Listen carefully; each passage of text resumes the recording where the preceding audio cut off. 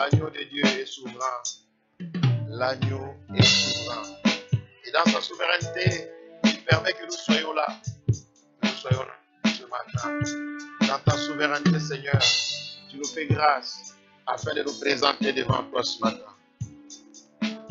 Que l'honneur, la gloire te soit rendue. L'agneau de Dieu, souverain. Souverain parce que tu fais ce que tu veux. Tu n'as de compte à rendre à personne. Tu décides de quand, comment, de pourquoi des choses. Nul ne peut contester avec toi. Tu es souverain, Seigneur. Ce que tu décides, tu le fais. Ce que tu décides, tu le fais. Oui, Seigneur, ce que tu décides, tu le fais. Ce que tu décides, tu le fais. Parce que tu es Dieu. Il n'y en a point d'autre. Il n'y en a point d'autre. Il n'y en a point d'autre. Que la gloire te... Amen. Prenez vos places. Gloire au Seigneur. Gloire à notre Dieu.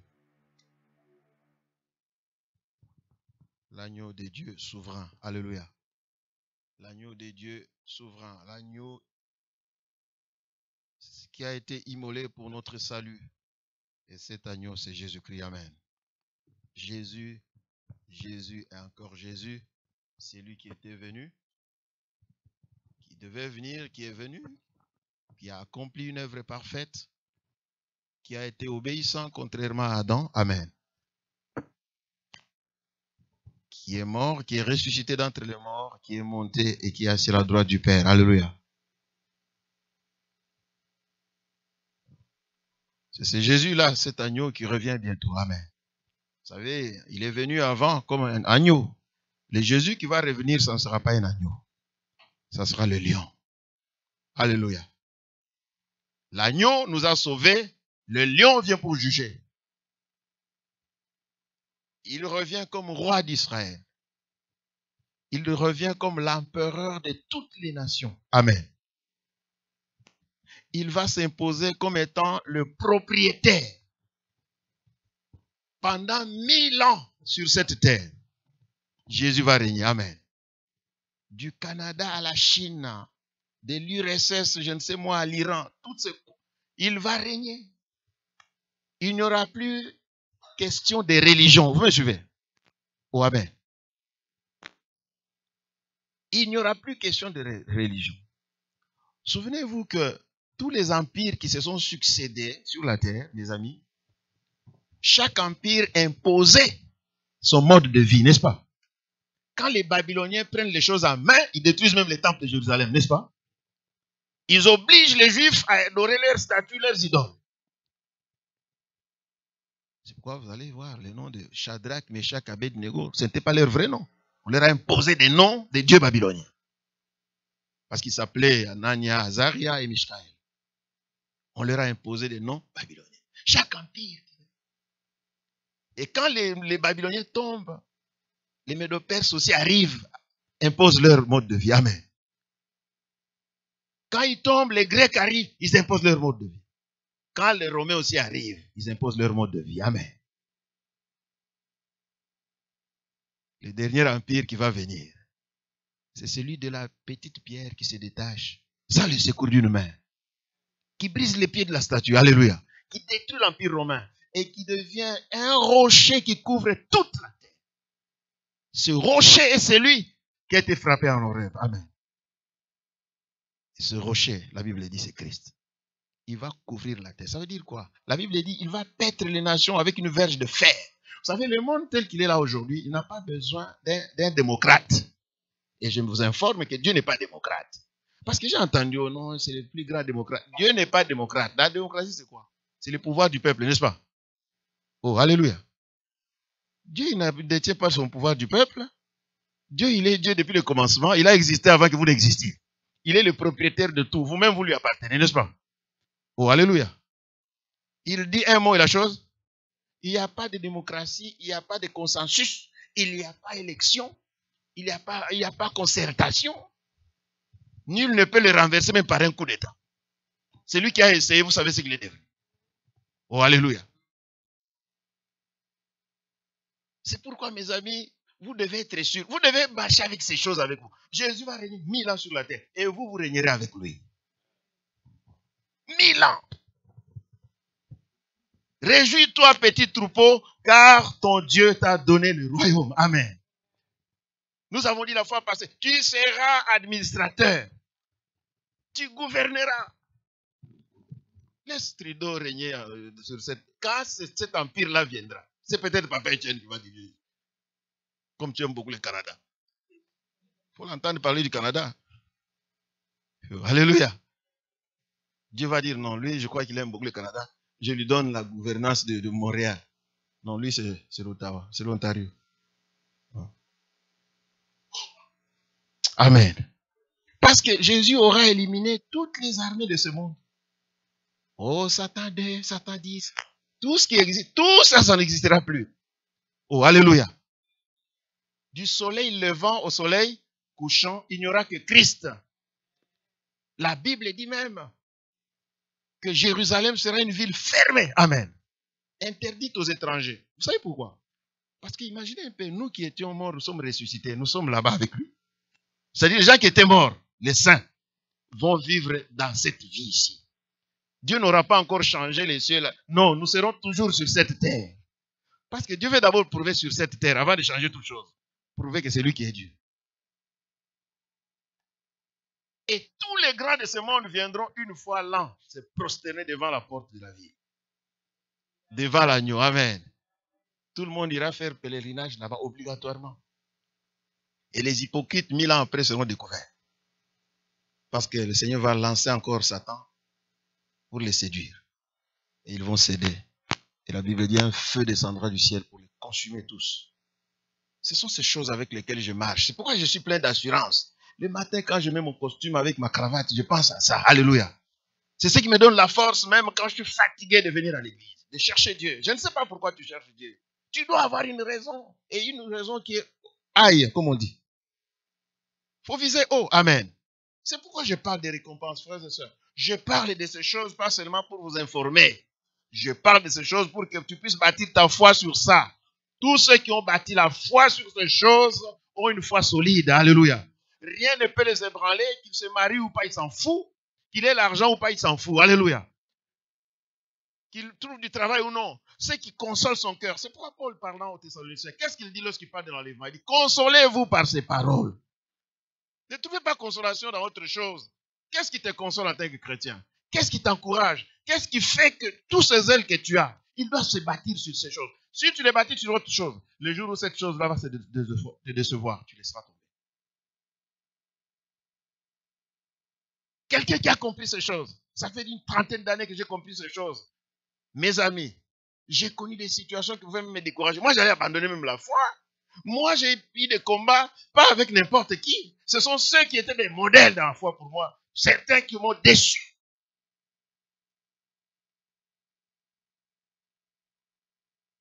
Je pouvais non seulement abandonner le ministère, mais rentrer dans le monde.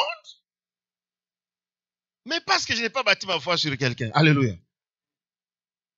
Je me suis dit, moi, même si le pasteur Vernon lui-même abandonnait la foi, moi, je vais continuer. Parce que je sais en qui j'ai cru. Je n'ai pas cru en Vernon. Alléluia.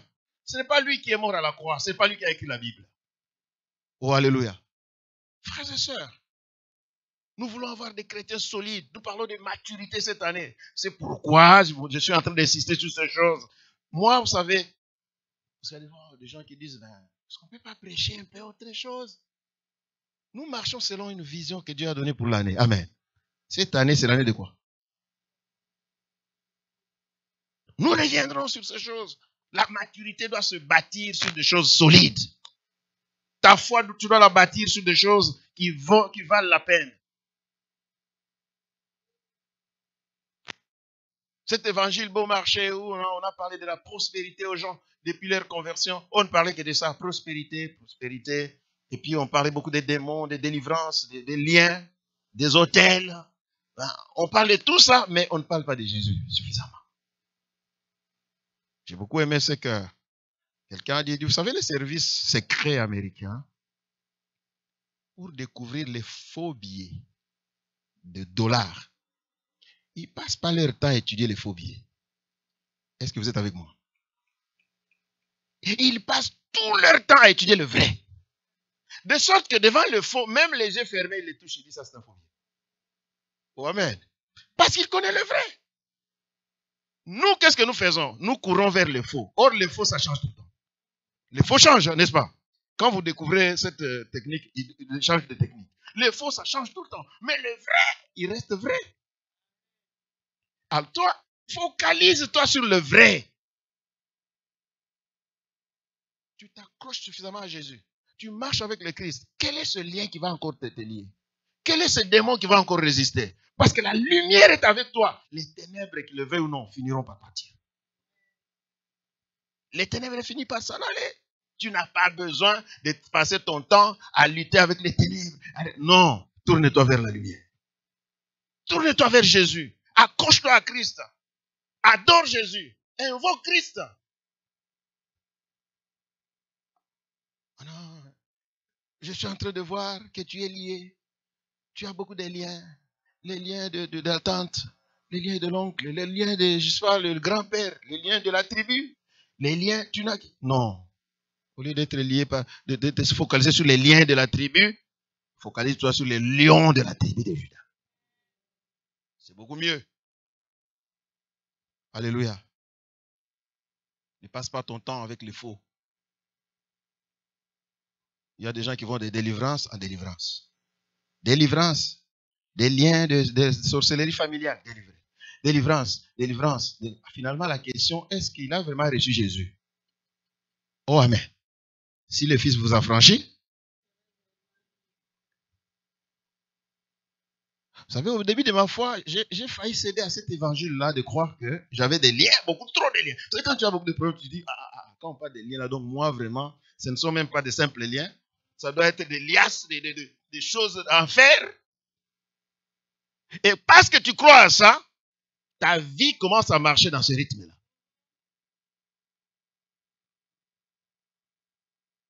J'ai commencé à suivre les responsables. Je voyais les gens tomber, moi je ne tombais jamais. Je pensais que quand tu tombes là, tu es délivré. Mais moi je ne tombe pas. Je suis allé voir les responsables à l'époque. Moi je ne tombe pas. C'est pas normal, on a prié pour moi. Des fois je me fais comme ça. Rien.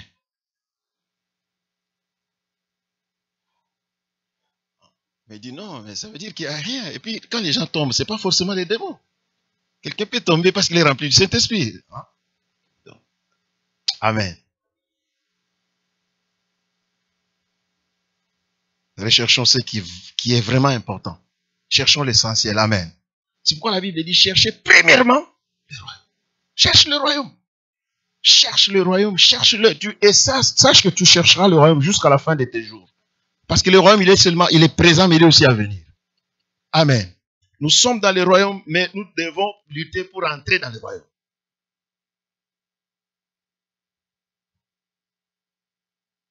Nous voulons des chrétiens matures cette année. Et nous avons commencé à parler de victoires et récompenses. Amen.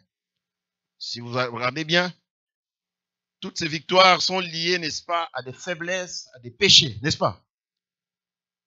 Dieu parle d'abord d'une faiblesse. Il reproche une faiblesse et il annonce la victoire, la récompense de celui qui va vaincre la faiblesse, n'est-ce pas? C'est ce qu'il a fait avec toutes les églises. Quand vous répertoriez ça bien, vous allez voir que ça correspond aux différents mots que nous avons dans l'église, aux différents problèmes par lesquels nous passons en tant que chrétiens aussi. Amen. Ce sont les choses que Dieu reprochait à l'époque aux 7 églises. Et ces choses, jusqu'à aujourd'hui, nous les trouvons dans les églises. Et ces messages restent valables. Alléluia. Nous avons parlé de la première victoire, récompense, qui est la résurrection entre les morts et l'enlèvement. Nous avons parlé de couronnes incorruptibles au tribunal de Christ. Nous avons parlé de manger de l'arbre de vie, n'est-ce pas? Nous avons parlé d'échapper à la seconde mort. Nous avons parlé de la manne cachée et du caillou blanc qui seront donnés aux vainqueurs, n'est-ce pas? Amen. Nous avons parlé de l'autorité sur les nations. L'autorité sur les nations pendant le règne. Nous avons parlé aussi de revêtir des vêtements blancs. Alléluia. Revêtir des vêtements blancs et de figurer dans le livre de vie de l'agneau. Ce livre existe. Depuis l'Ancien Testament, la Bible en parle. Alléluia. Ce livre existe. Souvenez-vous, même Moïse a dit, pardonne ce peuple ou bien efface mon nom, n'est-ce pas? Ouais, même Moïse savait qu'il y avait un livre et que son nom était dessus parce qu'il marchait avec Dieu à l'époque. Alléluia. Frères et sœurs, il existe un livre et tu dois figurer dans ce livre. C'est cela le combat de la vie de chacun. Amen. Faire un effort. Quand tu poses des actes, parce que ton nom peut être effacé. Hein? Oh, amen. Ton nom peut être effacé. Et la Bible dit, celui qui vaincra, son nom sera écrit dans les livres et il ne sera jamais effacé. Donc tu dois marcher dans la victoire pour maintenir ton nom dans ce livre. Ceux qui disent que si tu es sauvé, tu ne peux jamais perdre le salut, ils vous trompent. Le salut, tu peux le perdre. Alléluia. C'est pourquoi nous combattons le bon combat de la foi. Et la fois passée, nous nous sommes arrêtés à la 40e victoire. À la 6e. C'était laquelle? Philadelphie? C'est là que je parlais des cailloux blancs et porter sur soi le nom du Seigneur, n'est-ce pas? Être identique à Christ, être représentant valable de sa ville, n'est-ce pas? Comme l'épouse porte le nom de son mari, l'église portera le nom de Christ. Amen. Amen, amen, amen. C'est là que nous sommes arrêtés. Ouvrons nos Bibles ce matin. 9e victoire, 9e récompense.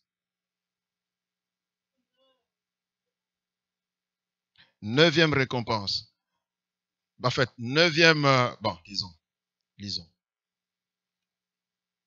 Je comprends où se trouve l'erreur. C'est qu'il y a des gens qui comptabilisent cailloux blancs et tout ça ensemble. C'est pas grave. Ben, on va aller dans Apocalypse chapitre 3. Donnez votre numérotation comme vous voulez. C'est pas grave. Apocalypse 3, 14 à 21. Apocalypse 3, 14 à 21. Nous lisons ceci. Apocalypse 3, 14 à 21. Veuillez vous lever s'il vous plaît avec votre Bible. Nous allons lire. Apocalypse 3, 14 à 21. Nous lisons ce qui suit. Écrit à l'ange de l'église de Laodicée. Voici ce que dit l'Amen, le témoin fidèle et véritable, l'auteur de la création de Dieu. Je connais tes œuvres. Tu n'es ni froid ni bouillant. Si seulement tu étais froid ou bouillant, ainsi parce que tu es tiède et que tu n'es ni froid ni bouillant, je vais te vomir de ma bouche. Parce que tu dis, je suis riche, je me suis enrichi et je n'ai besoin de rien. Et parce que tu ne sais pas que tu es malheureux, misérable, pauvre, aveugle et nu, je te conseille d'acheter de moi de l'or éprouvé par le feu, afin que tu deviennes riche, et des vêtements blancs, afin que tu sois vêtu et que la honte de ta nudité ne paraisse pas. Un collier pour oindre tes yeux, afin que tu voies. Moi, je reprends et je corrige tout ce que j'aime. Soulignez ça, amen. Il dit, je reprends et je corrige qui? Si Dieu a cessé de te reprendre et de te corriger, sois inquiet. Aie donc du zèle et répands-toi. Voici, je me tiens à la porte et je frappe. Si quelqu'un entend ma voix et ouvre la porte, j'entrerai chez lui, je souperai avec lui et lui avec moi. Le vainqueur, je le ferai asseoir avec moi sur mon trône. Alléluia. Comme moi j'ai vaincu, je me suis assis avec mon Père sur son trône. Amen. Veuillez vous asseoir. Gloire au Seigneur. Gloire au Seigneur. Le vainqueur, je le ferai asseoir avec moi sur mon trône. Comme moi j'ai vaincu et je suis assis avec mon Père sur son trône. Alléluia. Alléluia. Gloire au Seigneur. Gloire au Seigneur. Gloire au Seigneur. L'église de Laodicée, image du chrétien qui est sans foi, sans position fixe, tiède, aveugle et nu. Waouh! Tout ça mis ensemble prouve que cette personne est païenne, n'est-ce pas? Oh, amen. Cette personne ne connaît pas Dieu. C'est une personne qui vit loin de Dieu. Sans foi, sans position fixe, tiède, aveugle et nu.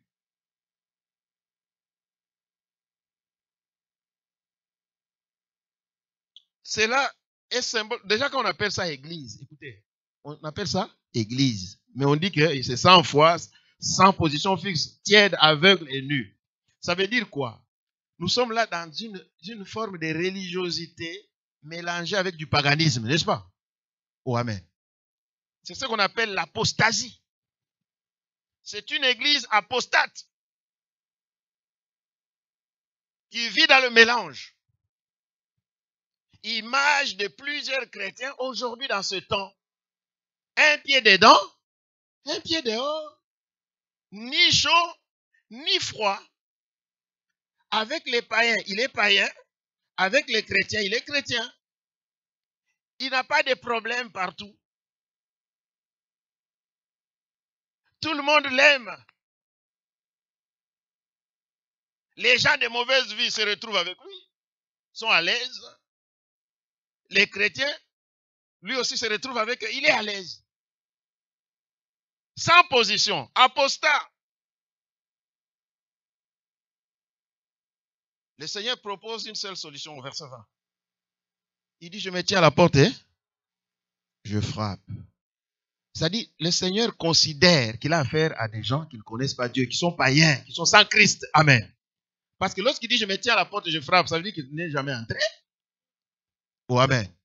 Il n'est jamais entré. Maintenant, il vient proposer, poliment d'ailleurs, il dit, je frappe. Si quelqu'un ouvre, j'entrerai, je souperai avec lui et lui avec moi. Il propose, il ne force pas. Pour vous dire que le salut, mes amis, c'est vrai que c'est le fruit de la grâce de Dieu, mais le salut, c'est vous qui décidez si vous le voulez ou non. Amen. C'est en cela aussi que l'homme est l'image de Dieu. Dieu nous a créés avec le libre arbitre. Il nous a dotés de la capacité de choisir nous-mêmes ce que nous voulons. Amen. Amen. C'est peut-être ça que j'ai toujours dit, l'erreur que Dieu avait commise pour nous. Nous serions tous peut-être sauvés si Dieu n'avait pas fait ça, n'est-ce pas? Oh, amen. Pourquoi nous devons nous retrouver devant deux volontés que nous devons choisir? On aurait voulu que Dieu choisisse déjà d'avance tout, n'est-ce pas? Oh, amen. Malheureusement, Dieu a décidé que nous soyons libres. Il dit, je mets devant toi la vie et la mort, choisis la vie. Amen. Il propose quand même la bonne solution. Mais il veut que toi tu choisisses, tout en te prévenant des conséquences de ton choix. Amen. Je me tiens à la porte et je frappe. Si quelqu'un ouvre, ça veut dire que c'est conditionné. Si tu ouvres, il entre. Ça veut dire que si quelqu'un refuse aussi d'ouvrir, il n'entrera pas. Si tu veux rester apostat, vivant dans le mélange, tu continues. Le Seigneur dit à cette église de Laodicée, tu dis que je suis riche, n'est-ce pas? Ce sont des gens qui pensaient qu'ils étaient riches, qui pensaient qu'ils étaient spirituels, qui pensaient qu'ils n'avaient besoin de rien et de personne. C'est ça que le Seigneur reproche à cette église. Écoute, quand tu arrives à de telles conclusions dans ta vie spirituelle, sache que tu es en train de faire naufrage. Amen. Tu es en train de te perdre. Si tu arrives à une telle conclusion, à un moment de ta vie, même au culte là, qu'est-ce qu'on va encore m'enseigner? Je vais rester à la maison. Je connais des chrétiens qui changent des églises tous les dimanches dans une autre église. Le problème, c'est quoi? Oh non, je n'ai pas trouvé l'église où on prêche des prédications à mon niveau. Je parlais avec quelqu'un qui m'a dit, en tout cas, je préfère rester à la maison que d'aller m'asseoir pour écouter des choses qui n'ont ni tête ni queue. Celui-là, ce pasteur-là, quand même, je connais plus que lui. Quand il parle, j'ai l'impression que c'est un enfant de l'école du dimanche. Il n'a pas mon niveau.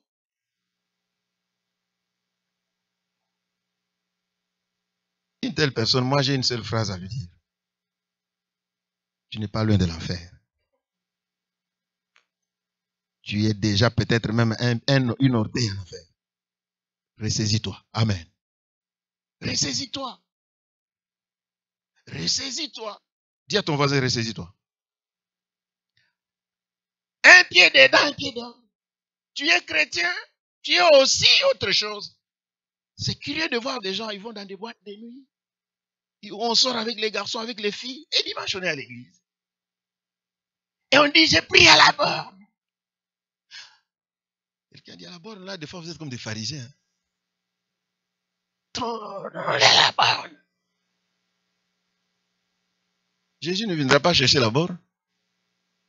Dites amen. Non, mais moi je suis de la borne. Moi je suis de la borne depuis l'époque de Jacques Vernon lui-même.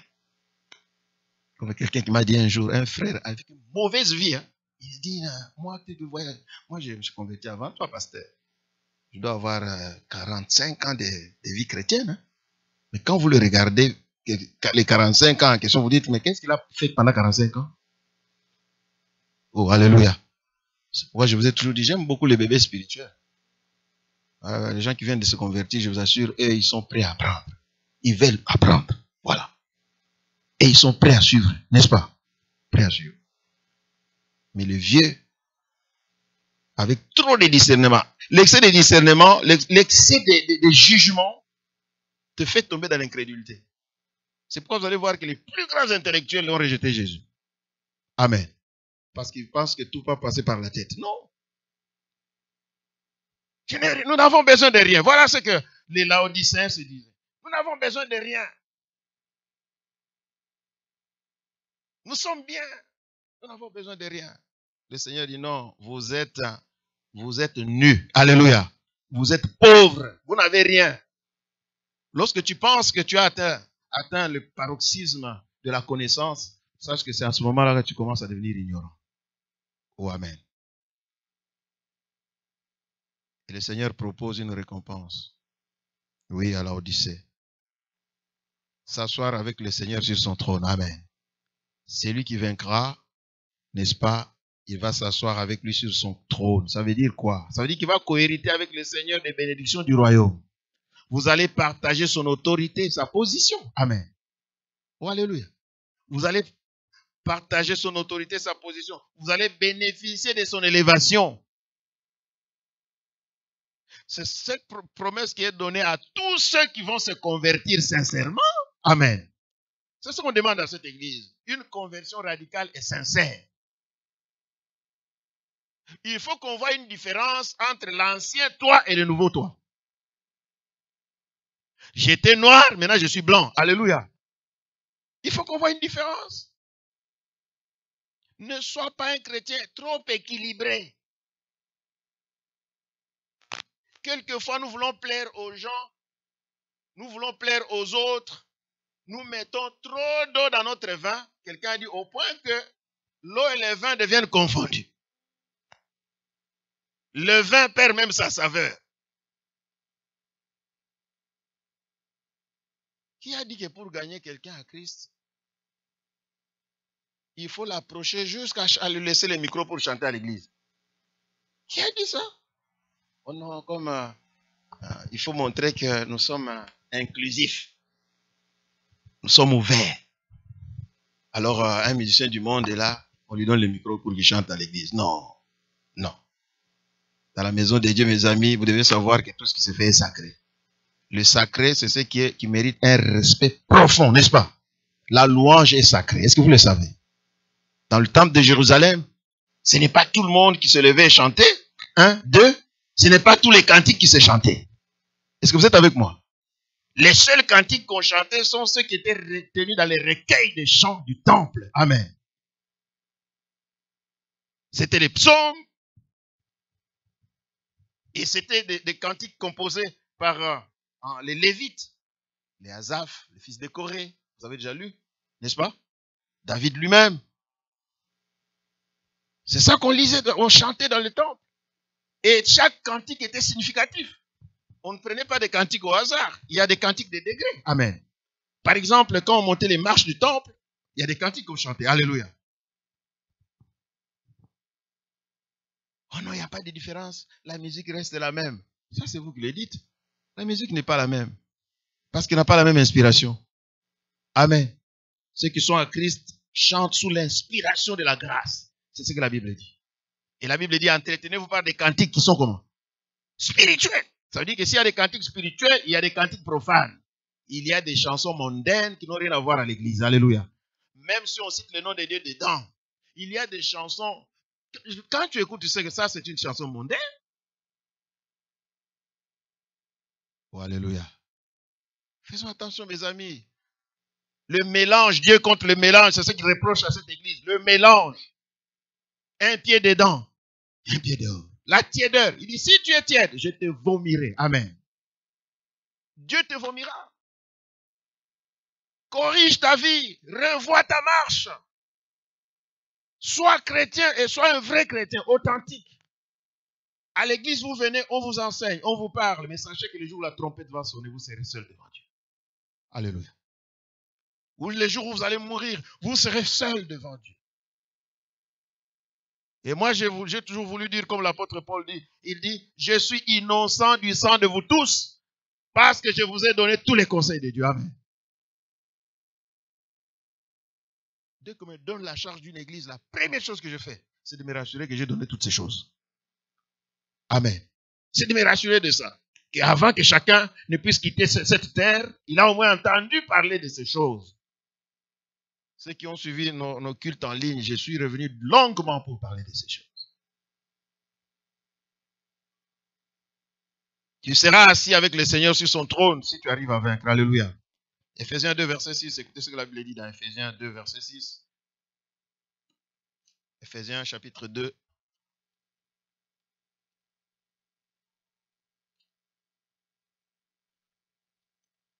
Le verset 6 dit ceci. Il nous a ressuscités ensemble et fait asseoir ensemble dans les lieux célestes en Christ Jésus. Alléluia. Il nous a ressuscités ensemble. Donc déjà, potentiellement, vous êtes déjà assis sur le trône. Donc, dès que tu t'es converti, tu viens à Christ, tu es déjà spirituellement sur le trône. C'est-à-dire, potentiellement, tu es déjà sur le trône avec Jésus. Alléluia. Il ne reste que la manifestation de cela. Et c'est cela que Dieu te promet ici. Frères et sœurs, recherchons les choses d'en haut. Je ne cesserai de le dire. Colossiens 3, 1, 4 nous le dit. Recherchons les choses d'en haut où Christ est assis dans la gloire. Et quand nous parlons des choses d'en haut, ça ne veut pas dire que les choses de ce monde, Dieu nous en prive. Non, Dieu nous les donne aussi. Matthieu 19, 27 à 29, le Seigneur les promet. Alléluia. Il peut aussi nous donner ce qui est nécessaire pour notre vie terrestre. Il peut nous les donner aussi. Mais ces choses sont secondaires. Dites secondaires. Combattons pour ce qui est nécessaire, pour des couronnes éternelles. Les autres nous seront ajoutés n'est-ce pas, en surplus. Recherchons ce qui est essentiel. Alléluia. Et toujours dans la série des récompenses, nous pouvons prendre comme 10e point le confort que Dieu nous promet. Amen. Il y a ce qu'on appelle le confort éternel. Vous savez, cette vie, elle est ponctuée chaque fois des soucis, même dans des petites choses. L'électricité, l'eau, n'est-ce pas? N'est-ce pas? Des petites choses. Des fois, c'est petit, mais ça peut faire souffrir les gens. Il arrive que nous manquions même le minimum nécessaire. Il arrive que ces choses puissent nous déranger. Mais sachez que Dieu a prévu tout ça. Dieu a prévu dans le combat que vous êtes en train de mener, il a des conséquences jusque dans l'éternité. Vous êtes avec moi? Et Dieu promet des choses extraordinaires. Écoutez dans Apocalypse ce qu'il dit, chapitre 7. 13 à 17. Apocalypse 7, 13 à 17. Apocalypse 13, 7 plutôt. Apocalypse 7, 13 à 17. Écoutez ce que la Bible dit. Alors l'un des anciens prit la parole et me dit, ceux qui sont vêtus de robes blanches, qui sont-ils et d'où sont-ils venus? Je lui répondis, mon Seigneur, tu le sais. Et il me dit, ce sont ceux qui viennent de la grande tribulation. Ils ont lavé leurs robes et les ont blanchis dans le sang de l'agneau. Souvenez-vous que nous avons aussi lu que celui qui vaincra sera vêtu de blanc, n'est-ce pas? C'est pourquoi ils sont devant le trône de Dieu et lui rendent un culte jour et nuit dans son temple. Alléluia. Dans son temple. Celui qui est assis sur le trône dressera sa tente sur eux. Ils n'auront plus ni faim, ils n'auront plus soif. Amen. Amen. Dieu va résoudre le problème de nourriture. Donc si tu ne manges pas bien, sois tranquille. Tu n'auras plus faim, tu n'auras plus soif. Et le soleil ne les frappera plus. Alléluia. Oh non, il fait chaud. Vous savez, c'est parmi les choses qui nous dérangent beaucoup. La chaleur. Oh, il fait 40 degrés cet été, franchement. Quel été? Il n'y aura plus ces choses-là. Le Seigneur va résoudre même les moindres détails de ta vie. Amen. Le soleil ne les frappera plus, ni aucune chaleur. Car l'agneau qui est au milieu du trône les fera paître et les conduira aux sources des eaux de la vie. Et Dieu essuiera toutes larmes de leurs yeux. Dieu essuiera. Si tu pleures aujourd'hui, tu ne pleureras pas toujours. C'est pourquoi tu dois te battre. Pourquoi tu veux gagner le monde et perdre des choses aussi grandes, aussi immenses? Alléluia. Au chapitre 22, quand vous lisez chapitre 22 d'Apocalypse, verset 3 et verset 5, écoutez ce que la Bible dit. 3 et 5, il n'y aura plus d'anathème. Il n'y aura plus. Le trône de Dieu et de l'agneau sera dans la ville. Ses serviteurs le serviront. Ses serviteurs le serviront et verront sa face et son nom sera sur leur front. La nuit ne sera plus. La nuit ne sera plus. C'est une bonne nouvelle aussi. Hein? Il n'y aura plus de nuit. La nuit ne sera plus et ils n'auront besoin ni de la lumière d'une lampe, ni de la lumière du soleil. Parce que le Seigneur Dieu les éclairera. Amen, amen, amen. Bon, non, il faut acheter les ampoules à griller. Tout ça, c'est résolu. Amen. Le Seigneur résout tout ça. Il n'y aura plus besoin d'acheter des ampoules. Dieu les éclairera et ils régneront au siècle des siècles. Et écoutez, quand on dit ils régneront, on ne dit pas que nous allons exister. Nous allons quoi? Régner.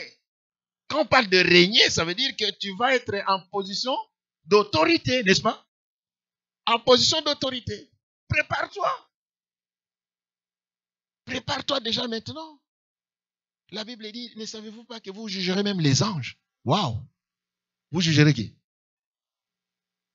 Attention, ce ne sont pas les anges, les saints anges. Tous ces démons ici, vous allez les juger. Oh, alléluia. Amen. Vous allez les juger. Laisse-les aujourd'hui commencer à perturber les vies des gens. Un jour, tu vas juger. Et décider. Alléluia. Mais pour que Dieu puisse te faire confiance à ce niveau-là, il veut quand même voir des signes sur cette terre. Montre des signes de quelqu'un qui peut juger. La Bible dit, vous êtes incapable du moindre jugement et vous jugerez les anges. Vous êtes incapable sur la terre de faire un petit jugement.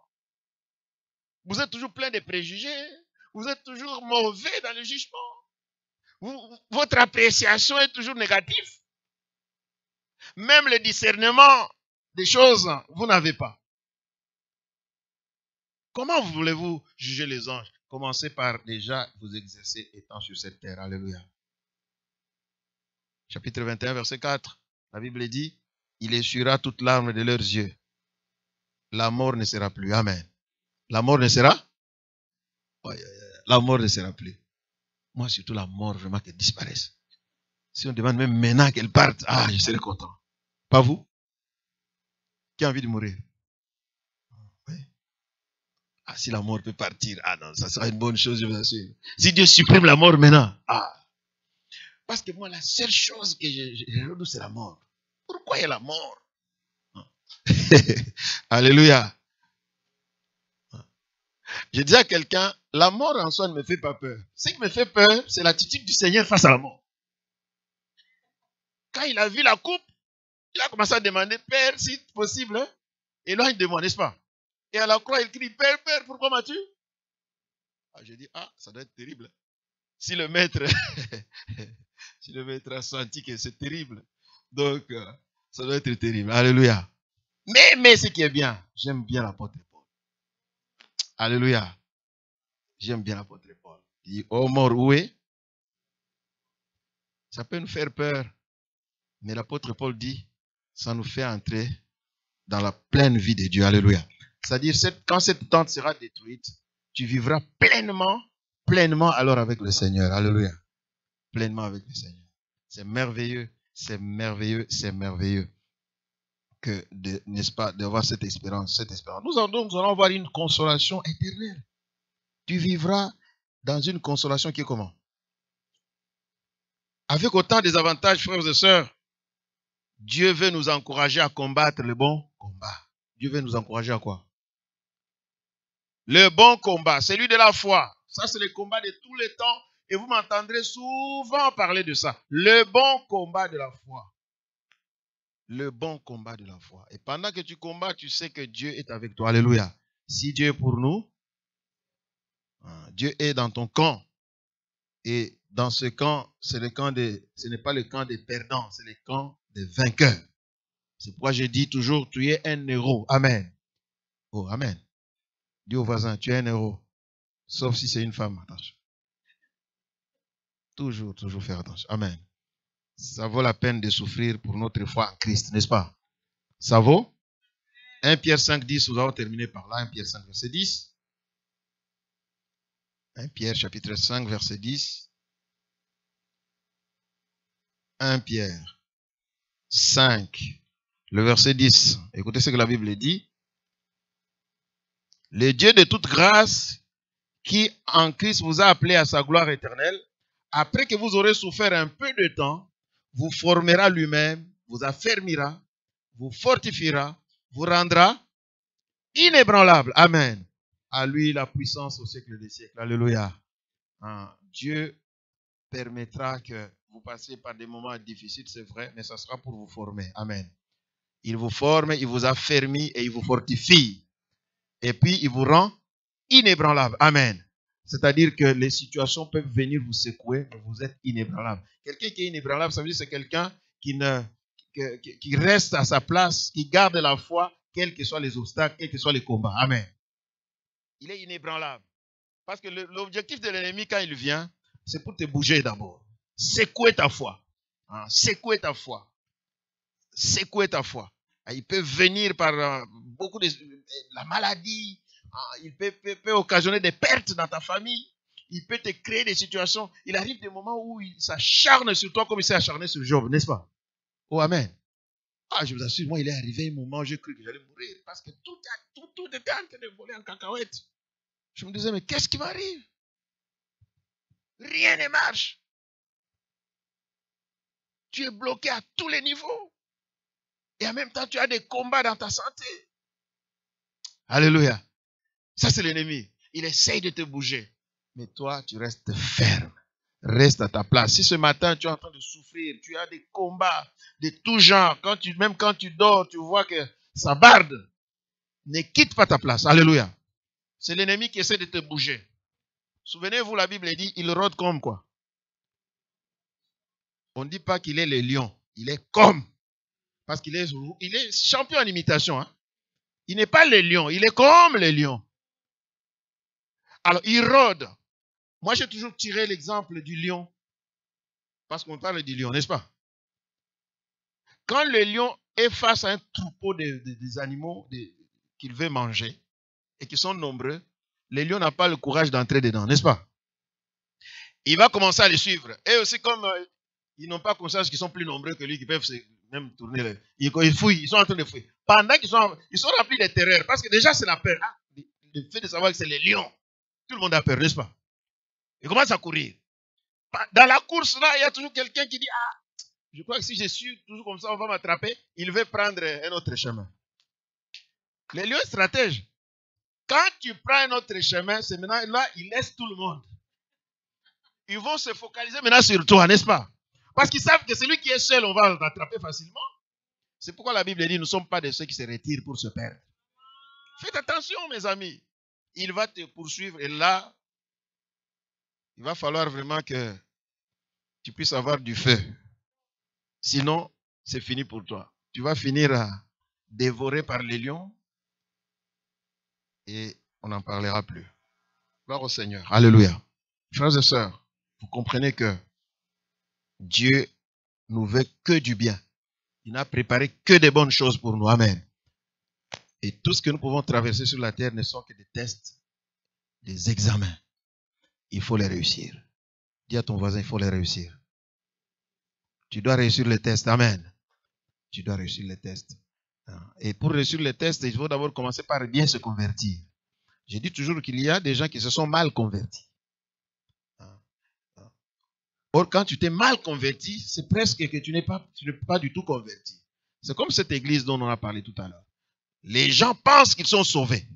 Ils pensent qu'ils sont arrivés à quelque chose, n'est-ce pas? Ils pensent qu'ils sont riches. Ils pensent. Mais Dieu, quand il regarde, il les voit nus. Pauvres, malheureux. Alors, tu peux être mal converti. D'abord, tu t'es converti comment? Après avoir entendu quoi? Oh, amen. Il y a des gens qui se sont convertis, on lui a dit non, allez à l'église, tu vas trouver le mariage. Est-ce qu'il s'est converti? Il est venu à l'église. Est-ce qu'il s'est converti? Même quand nous parlons là, lui, regarde, c'est toujours en train de regarder. Où est la femme de ma vie?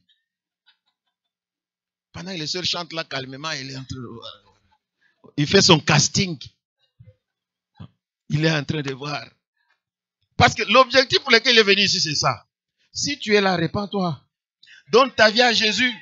Tu es venu ici pour les filles ou pour les garçons. Mais donne ta vie à Jésus, c'est le plus important. Moi aussi, je suis allé à l'église avec de telles motivations. Aujourd'hui, regardez où j'ai fini. Est-ce que j'ai mal fini? Oh, alléluia. J'ai fini ici en train de parler de Jésus. Amen. C'est là la fin de toute personne qui est sensible et qui veut se donner à Jésus. Et c'est merveilleux de le faire. Alléluia. Gloire au Seigneur. Nous allons nous lever pour prier.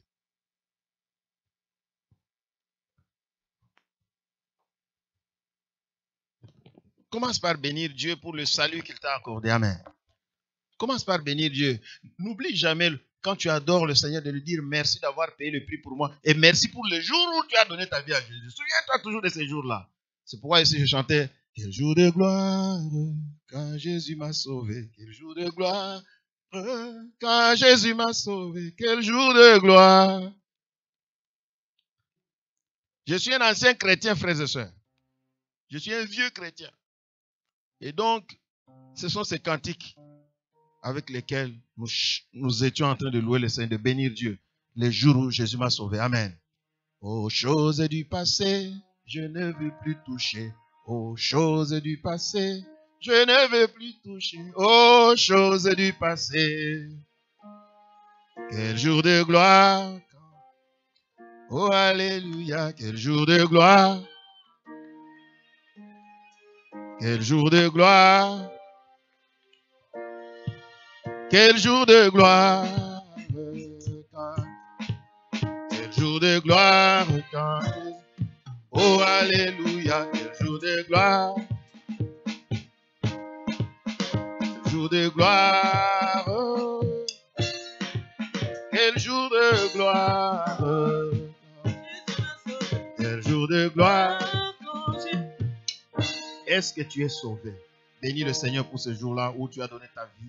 Tu lui as donné ta vie. Si ce n'est jamais fait, ce matin, fais-le. Prends la décision. Il dit, je me tiens à la porte et je frappe. Si quelqu'un ouvre, j'entrerai. Je souperai avec lui et lui avec moi.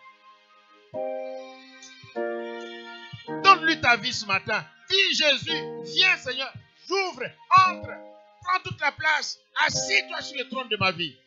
Vous savez, moi, quelquefois, je reprends, je fais quand même cette prière, même si je sais que j'ai déjà donné ma vie à Jésus. Des fois, pour bien être sûr, je dis, Seigneur, j'ouvre encore mon cœur. Je veux être sûr que Jésus est là.